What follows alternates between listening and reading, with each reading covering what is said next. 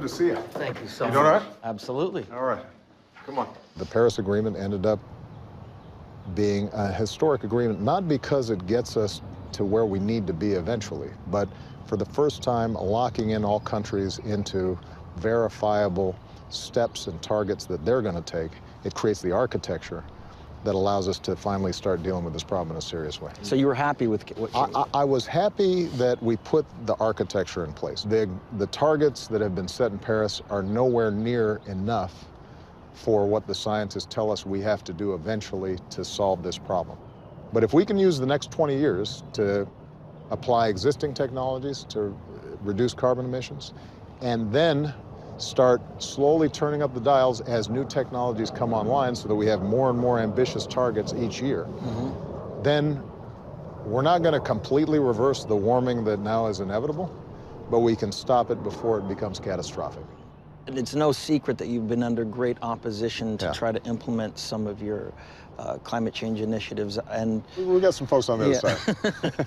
Yeah. so somebody that comes into office that does not believe Right. in the science of climate change, Right. do they have the capacity and the power to dismantle everything that you've already worked for? Even if somebody came in campaigning on denying climate science, reality has a way of, hitting you in the nose if you're not paying attention.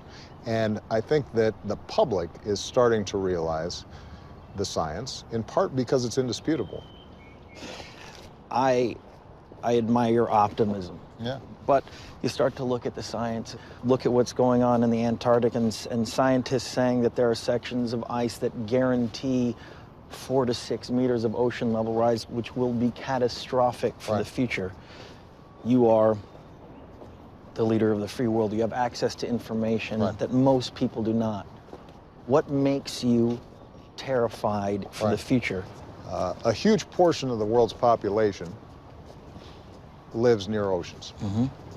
If they start moving, then you start seeing scarce resources the subject to competition between populations. This is the reason why the Pentagon has said this is a national security issue. This isn't just an environmental issue.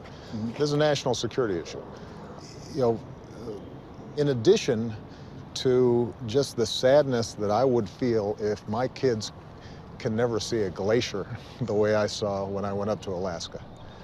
That's the romantic side of me. That's the side that takes a walk with my daughters, and I want to be able them to see, or my grandkids, I want them to see the same things I saw as I was growing up.